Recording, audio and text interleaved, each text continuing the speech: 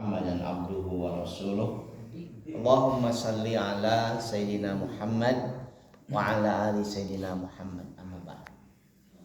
Jamaah subuh yang Allah muliakan, Alhamdulillah kita bersyukur pada Allah Subhanahu wa taala.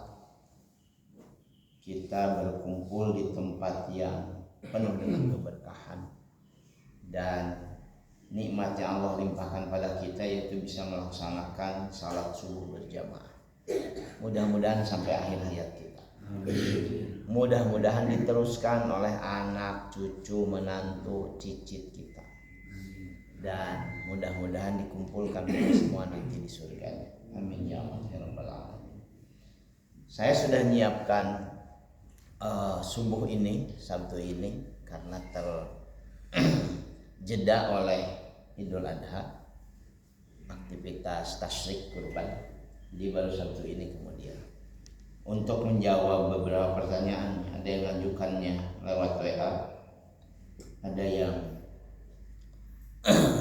menyampaikan langsung. Saya ingin memulainya dengan, sebelum menjawab, dengan menyampaikan beberapa hadis yang menurut saya penting. Hadis ini untuk membentuk konstruksi pemahaman kita tentang sabar. Karena ini materi terakhir. Setelah sabar ini nanti insya Allah bapak-bapak saya ajak untuk memahami tentang tawakal. Karena dari 7 tahapan itu dalam 1 tahun ini seolah-olah bapak-bapak sedang mendapatkan kuliah tasawuf dengan tema perjalanan spiritual menuju Tuhan. Yang pertama itu saya ingatkan sajalah, walaupun mungkin masih ingat sebagian, taubat. Jadi perjalanan awal menuju Tuhan itu harus dimulai dengan membersihkan diri, yaitu taubat. Nanti kalau sudah membersihkan diri, kita berlatih untuk berhati-hati dengan aktivitas kehidupan materi yang selama ini kita geluti. Kita ketemu nanti dengan istilah zuhud. Zuhud itu melatih untuk menggeser ketergantungan pada materi, pada dunia. Karena itu biasanya dampaknya kemudian kita akan menjadi lebih hati-hati. Nama istilahnya itu warok, hati-hati. Dari warok kemudian kita ketemu dengan sabar yang kita bahas hampir 2 bulan ini. Ini hari ini terakhir. Jadi kahartos, saya mungkin nyampaikannya benar atau tidak benar, sudah aja selesai. Supaya selesai sampai 1 tahun ini materinya dengan sabar. Karenanya kalau orang sudah berlatih hati-hati, sudah berlatih untuk bisa menggeser kenikmatan dunia, kenikmatan materi pada kenikmatan yang lebih tinggi, apalagi pada kenikmatan spiritual, dia biasanya mulai itu bisa bersabar. Nanti dari sabar ke tawakal dan lain sebagainya. Ya, mudah-mudahan umurnya cukup. Nah, sebagai materi terakhir dalam sabar ini, saya ingin mengutip penjelasan beberapa hadis dalam buku Ihya Ulumuddin Imam Al-Ghazali. Imam Al-Hakim dalam kitab Al-Mustadrak dari sahabat Ibnu Mas'ud radhiyallahu an pernah menyampaikan bahwa Nabi SAW bersabda. Ini rujukannya dalam Ihya Ulumuddin. Jadi kata Nabi, as-sabru nisful iman. Sabar itu setengah dari iman. Kita kan sering mendengar misalkan al-haya'u minal iman. Malu itu sebagian dari iman. Nanti kita juga sering sekali sejak kecil itu mendengarkan an-nadzafatu minal iman. Kebersihan itu sebagian dari iman. Walaupun nanti bunyi hadisnya dalam referensi hadis itu at-tahuru syatrul iman. Bersuci, kebersihan bagian dari iman. Tapi dia cuma menggunakan kata minal iman, sebagian dari iman. Yang kalau diuraikan nanti sebagian itu sebagian kecil. Karena iman itu 60 cabang. Cabang terendahnya imatatul ada'anit thariq, memindahkan, menghilangkan duri di jalan yang akan mengganggu orang perjalanan. dan yang paling tingginya itu kan menyatakan la ilaha illallah.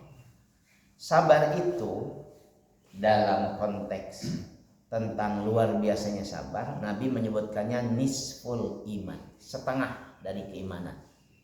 Jadi kalau keimanan misalkan tadi ada 60 cabang, berarti 30-nya itu adalah kesabaran. Ini untuk menunjukkan bahwa betapa luar biasa nilai kesabaran, betapa dahsyatnya, betapa besarnya, betapa berharganya kesabaran. Karena itulah kemudian sabar itu walaupun mudah diucapkan, belum tentu dia menjadi mudah untuk dipraktekkan. Saya kutipkan hadis lain masih dalam kitab yang sama. Wa qala alaihi salatu wassalam, Nabi sallallahu alaihi wasallam menyampaikan, ini perumpamaan Nabi tentang kesabaran. Lau kana sabru rajulan lakana rajulan kariman. Andaikan kesabaran itu manusia, seorang manusia, lakana rajulan kariman, pasti dia adalah manusia yang sangat pemurah. Wallahu yuhibbus sabirin, dan Allah mencintai orang-orang yang bersabar. Dalam Al-Quran kan kita ketemu istilah innallaha ma'as sabirin. Allah menyertai, membersamai orang-orang yang bersabar. Dalam hadis ini, wallahu yuhibbus sabirin, Allah mencintai orang-orang yang bersabar. Dan kalau ada yang nanya, apakah sabar ada batasnya? Ya tidak ada. Karena itulah kemudian sabar itu tidak bisa dibatasi. Ustaz sabar teh abdi 2 kali, 3 kali mah gaplok, berarti kan tidak sabar. Kan ada yang begitu dalam ungkapan kita. Dan manusia kita tuh sabar ada batasnya. Laisa lahul hudud, tidak ada batasnya dalam kesabaran itu. Karena itu ini masuk kategori ilmu tingkat tinggi. Tingkat tinggi. Ada, sekarang nggak ada ya. Dulu tuh ada spanduk di pertigaan Ahmad Yani menuju ke Cicadas dan menuju ke Antapani. Spanduknya besar. Jadi ada space untuk billboard yang kosong, mungkin karena kontraknya habis. Kemudian oleh si pengelola billboard itu ditulis di spanduknya bagus. Sabar itu ilmu tingkat tinggi. Ujiannya sering mendadak. Tidak pernah memberitahu. Saya pikir iya, sabar itu sangat. Kadang-kadang kita diuji kesabaran oleh hal-hal yang justru kadang-kadang tidak pernah diperkirakan. Hadis yang lain, hadis ini dimuat dalam banyak kitab hadis karena sahihain Bukhari dan Muslim. Abu Hurairah radhiyallahu an menyampaikan bahwa Nabi sallallahu alaihi wasallam bersabda, "Laisa syadid bisur'ah, walakinna syadid alladhi yamliku nafsahu 'indal ghadab." Di antara contoh kenapa kesabaran itu ilmu tingkat tinggi, kata Nabi sallallahu alaihi wasallam dalam hadis ini, bukanlah asyadid, yang kuat itu orang yang jago gulat, jago gelut, jago bela diri. Laisa syadid, bukan itu yang disebut dengan orang yang kuat. Tapi orang yang kuat itu alladzi yamliku nafsahu indal ghadab, orang yang bisa mengendalikan dirinya indal ghadab, ketika dia marah. Karena kalau marah itu kan yang paling menyenangkan barangkali bagi orang marah melampiaskan kemarahan. Maki-maki orang. Ketika sadayana eusi kebun binatang Pak disampaikan. Ada saya nggak tahu nih pernah nyampaikan atau tidak ya sama Bapak-bapak di kuliah subuh. Saya sedang ikut mendoakan sepasang suami istri yang bertengkar hebat. Jadi si istri yang merasa sudah berbuat demikian optimal membantu suaminya dalam karir, dalam banyak hal, ternyata dikhianati oleh suaminya. Jadi ketika ketahuan berkhianat, si istri ini marah besar. Dan kepada suaminya dia bilang begini, jangan pernah bertemu aku lagi. jangan pernah sentuh aku lagi. Saumur hirup moal daek dipanggih jeung maneh. Itu si istrinya bilang begitu. Karena luar biasa. Nah, ternyata dibegitukan itu si suaminya tiis we leungit. Hilang gitu dia, nggak datang, nggak ini sebagainya. Sampai lewat anaknya disuruh nanya, bapak pulang mau? Kan kata ibu jangan pernah ketemu lagi. Akhirnya suaminya kemudian punya istri lagi dan sebagainya. Si istri yang tadinya marah itu Pak mungkin tidak bisa menyampaikan hal yang lain, jadi mengalami depresi. Sampai si persendiannya itu jadi kaku. Jadi susah megang. Jadi ketika dia berobat ke dokter, dia cuma bilang, nih dokter, sendi jari saya ini jadi kaku. Dokter karena diinformasikan begitu, mendiagnosanya kemungkinan rematik. Kasih obat rematik. Saya lupa ya, seminggu apa 2 minggu setelah itu. Kemudian bukannya sembuh, nambah ke kaki bahkan, hampir semua. Tulang punggung dan sebagainya. Dokter juga aneh, wah ini kayaknya ini lebih coba dirujuk untuk diperiksa kepada kawannya yang kebetulan punya spesialisasi dalam bidang itu. Dirujuk, diagnosanya sama, kemungkinan besar rematik sama apa lupa saya namanya, sebagainya. Ternyata bahkan setelah 1 bulan berobat itu seluruh badannya jadi kaku. Si ibu yang tadinya tampilnya anggun, cantik, itu jadi demikian menakutkan karena tidak bisa melakukan banyak aktivitas. Rupanya kemudian setelah 1 bulan itu pengobat, lebih 2 bulanan itu tidak ada hasil apa-apa. 2 dokter yang mengobati itu kemudian berpikir, kayaknya ini bukan masalah rematik, bukan masalah persendian. Ini sepertinya depresi. Dirujuklah dia kepada psikolog atau psikiater dan ketahuan dia mengalami depresi berat karena tadi kemarahan yang demikian terpendam pada suaminya, yang kata anaknya sejak itulah kemudian ibu jadi sakit-sakitan. Saya sedang menyebutkan bahwa ketidakmampuan kita mengendalikan amarah dengan contoh kasus tadi itu bahkan bisa berdampak sakitnya secara fisik. Bahasa Jerman nama ambek kapegung. Itu ternyata itu bisa berdampak secara fisik. Bisa itu tadi persendian. Dan ternyata sekarang ada studinya. Katanya Pak, ketika kita stres berat berhari-hari, itu tubuh kita mengeluarkan 2 hormon itu kalau tidak salah. Yang pertama itu adrenalin yang bikin jantung jadi berdebar lebih cepat. Orang marah itu sama seperti orang ngebut pakai motor di tengah kemacetan. Itu adrenalinnya tinggi. Nyerempet picilaka. Yang kedua yang juga keluar dari tubuh kita itu, saya baca tentang neuroscience itu, kortisol. Dan kortisol ini kalau keluar, Bapak Allah muliakan, kalau dalam kondisi orang sedang marah tuh kortisol itu diproduksinya sangat tinggi. Dan dia bisa berdampak kemudian memakan antibodi sendiri. Karena nggak ada makanan yang masuk, orang stres kan jarang yang stres ngeunah dahan. Jadi kalau Anda masih enak makan, insya Allah tuh alhamdulillah lah bersyukur, berarti tidak stres. Kalau yang stres tuh makan banyak tapi tidak dinikmati, jadi obesitas seperti beberapa kasus yang ada. Tapi yang muncul adalah kemudian kesulitan makan, kesulitan tidur dan sebagainya.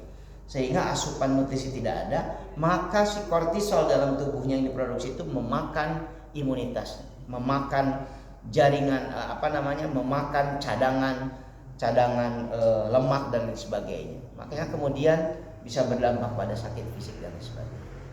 Nah, lewat ayat ini, lewat hadis ini, bahwa yang Allah muliakan, bersyukurlah kalau kita bisa mengendalikan amarah. Karena hampir setiap episode kita itu ketemu dengan kondisi yang bisa membuat kita emosional. Nah, di antara latihan terbesar bagi orang yang beriman adalah latihan bersabar.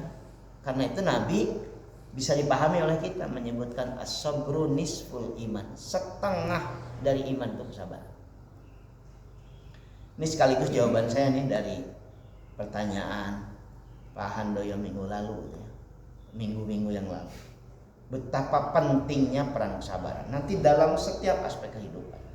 Perbaikan kesehatan fisik kita itu hanya akan bisa berjalan dengan optimal kalau dimulai dengan perbaikan kesehatan mental kita. Ada orang terus-menerus memperbaiki kesehatan fisiknya. Wah, lari pagi-pagi, nanti seminggu sekali sesepedahan dan lain sebagainya. Dia rajin sekali olahraga supaya fisiknya terjaga. Tanpa upaya serius untuk memperbaiki kesehatan mentalnya, kalau kita barangkali kesehatan spiritualnya, nanti fisik yang diperbaiki itu kadang-kadang tidak berdampak pada kesehatan. Itu tukang olahraga tapi stres wae misalkan ya. Stres, ngandriut jeung riut wae dan sebagainya.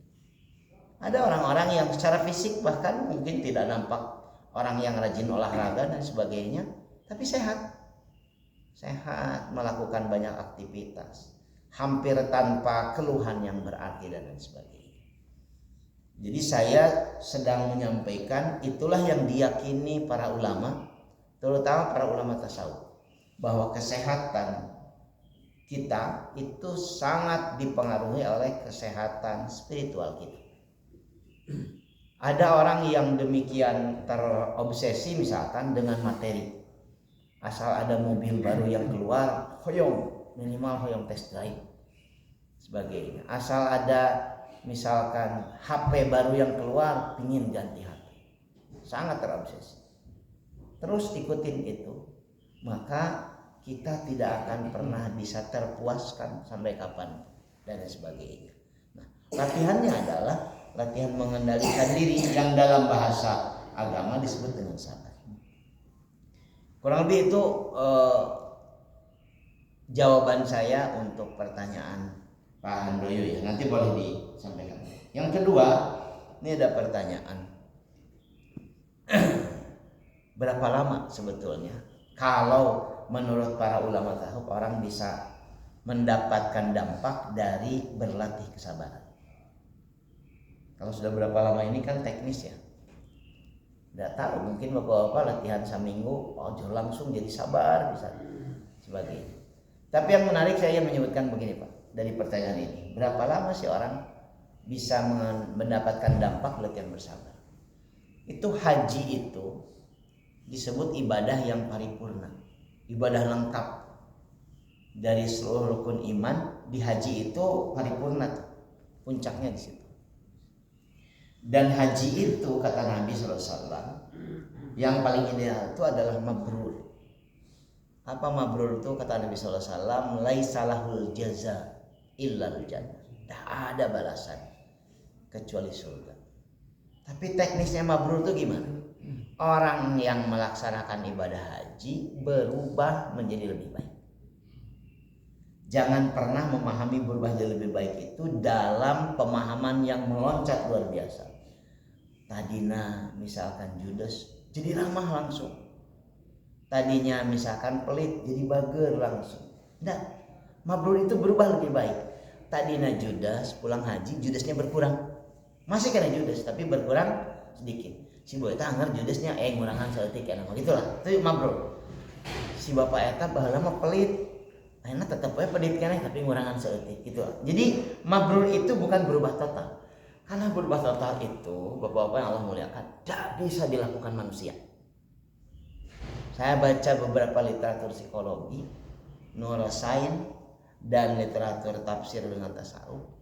Ternyata manusia itu tidak bisa berubah seketika. Jadi kalau kan ada tuh dulu waktu sekolah formal itu ikut pesantren kilat. Sekarang saya buka pesantren kilat juga. Paling lama 2 minggu di saya. 2 minggu tuh dampaknya keren. Ibunya sampai nelpon, Ustaz pun anak jadi ceramah wae di imah, segala di babatahan. Saya bilang paling lagi sebulan. Nanti juga biasa lagi. Kenapa? Pesantren lagi kilat, terus kilat enggak ada apa-apa. Karena itu yang pesantren itu kan 4, 5, 6, 7 sampai 10 tahun. Karena membentuk kebiasaan, membentuk karakter baik itu butuh waktu yang relatif panjang.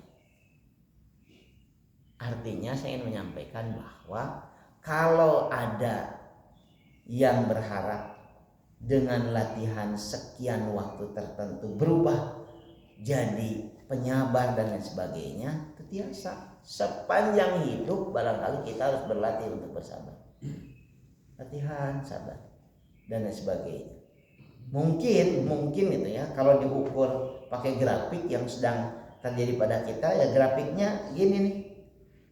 Tapi naik gitu, naiknya 1%, 2%, tidak mungkin begini.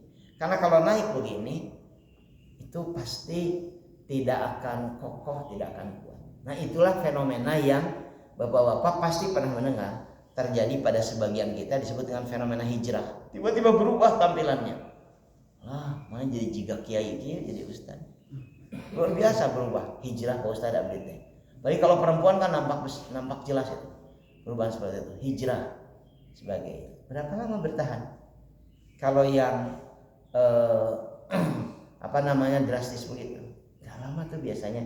Ini bukan merendahkan kawan-kawan yang melakukan itu, tapi nggak lama. Yang akan kokoh itu kalau gradual, diperbaiki pemahamannya, diperbaiki gaya hidupnya, diperbaiki orientasi hidupnya, sedikit dan lain sebagainya. Biasanya cenderung lebih lama bertahan. Apa dalilnya? Nabi itu ketika diutus untuk mendampingi masyarakat Makkah sampai kemudian ke Madinah, itu butuh waktu kurang lebih 23 tahun, Pak. Tidak sebentar. 23 tahun. Jadi kalau menggunakan ukuran Nabi, Bapak-bapak, kalau memulai perbaikan, memulai latihan kesabaran, memulai ingin jadi orang yang lebih baik, butuh waktu kurang lebih, gambaran Nabi tadi 20-an tahun. Kami baru ngaji 1-2 bulan, ya mungkin baru dapat gambaran permukaan saja. Puluhan tahun. Baru kemudian kita bisa berharap luar biasa. Dan itu keyakinan yang digunakan oleh para pengelola pengelola lembaga pendidikan Islam terutama. Butuh waktu panjang, butuh waktu lama dan sebagainya. Itu jawaban saya kepada beberapa penanya. Kalau ada yang mau nyampaikan pertanyaan lagi, mangga. Selesai nih ya materi saya tentang sabar. Dan akan bahas ini lagi secara khusus. Tapi mungkin nanti nyerempet ngebahas kalau pas ngebahas yang lain. Ada lagi yang mau menyampaikan? Pak? Enggak. Monggo, Pak. Kalau disimpulkan secara global, dunia itu kacau karena rusaknya kesabaran barangkali. Saya pikir ya, pendapat seperti itu bisa benar. Ya, kehidupan jadi kacau, ada kesabaran jalma, mungkin iya. Tapi kan itu cara Allah menguji kita. Jadi itu saya meyakinkan kehendak Allah, Pak. Ada ayat surat Al-Ankabut kalau nggak salah. Ayat awal ya, ayat 2, ayat 3, karena ayat awalnya huruf hijaiyah. Ahasiban nas ayat ruku ayakulu amanna wa hum la yuftanun. Apakah manusia kita menyangka akan dibiarkan begitu saja tanpa diuji setelah kita menyatakan beriman? Karena kalau saya tanya Bapak-bapak, apakah Bapak-bapak termasuk beriman? Jawabannya pasti iya dong, kita orang beriman. Nah, ayatnya menyebutkan, apa kalian menyangka akan dibiarkan saja? Lempeng, hidup itu nyaman karena orang beriman tanpa diuji. Dan ayat lanjutannya menyebutkan walaqad fatannal ladina min qablikum wala ya'lamannal ladina shadaqu wala ya'lamannal kadhibun. Kurang lebih begitulah ayatnya. Kalau ada keliru sedikit mohon maaf. Dan sesungguhnya Allah sudah menguji orang-orang beriman sebelum kalian yang aku beriman, yang ujian itu supaya mereka, walaupun nanti terjemahannya kadang-kadang nggak seperti saya sampaikan, supaya mereka tahu apakah mereka itu imannya benar atau imannya palsu. Jadi iman saja ada dua, ada iman yang ori, ada iman yang KW. Nah, iman kita tuh bisa diketahui ori atau KW dengan ujian. Ternyata kesabaran, nah berarti masih KW. Tapi pas saya mulai latihan bersabar, KW-nya KW 2 lah. Nanti sampai mungkin kita sudah ada KW 1. Tapi sampai pada originalitas iman itu waktunya panjang dan sebagainya. Diuji lewat jabatan kuatan, diuji lewat harta kuatan. Ternyata diuji lewat wanita ngegaleo. Kan begitu. Ada orang yang luar biasa. Saya punya guru Pak yang nggak akan saya ceritakan lah orangnya. Sangat luar biasa. Dari mulai kecil hidup dalam lingkungan sangat agamis. Pesantren di Jawa Timur kurang lebih sekitar 7 tahun di sana. Kemudian melanjutkan ke Timur Tengah sampai level magister 8 tahun. Sejak di Timur Tengah tuh kalau pulang tuh sudah jadi pembina dan sebagainya. Pulang ke Indonesia luar biasa disematkan. Sampai hari ini nih di penjara. Karena ya barangkali tidak akrab dengan aktivitas duniawi, begitu kemudian jadi orang yang demikian dihormati, punya posisi penting, ngagaleo dan sebagainya. Jadi barangkali betul Pak, kacaunya karena orang nggak sabar. Tapi sengaja itu sebagai ujian. Jadi jangan berharap besok lusa kehidupan itu jadi sabar semua orang. Nah hanya jadi balagerki sadayana, pasti nggak mungkin. Latihannya gitu, latihan sabar. Itu ya, saya ingin kutipkan sebuah hadis dalam Ihya Ulumuddin yang disampaikan oleh Imam Al-Ghazali. Nggak tahu saya ini riwayatnya siapa, lupa. Nggak ditulis riwayatnya, tapi Imam Ghazali menyebutkan bahwa Nabi sallallahu alaihi wasallam bersabda, halakan nas illal alimun wa halakal alimuna illal amilun wa halakal amiluna illal mukhlisun wal mukhlisuna ala khatarin adzim. Manusia itu semuanya celaka kecuali orang-orang yang berilmu. Dan orang-orang yang berilmu juga semuanya celaka kecuali orang-orang yang mengamalkan ilmunya.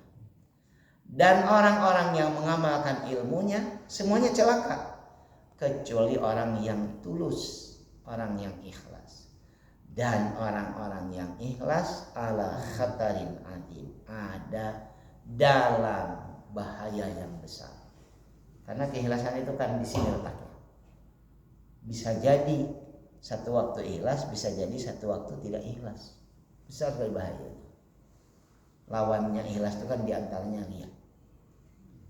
Artinya lewat hadis ini kita sedang diingatkan betapa beratnya hidup yang sedang kita jalani.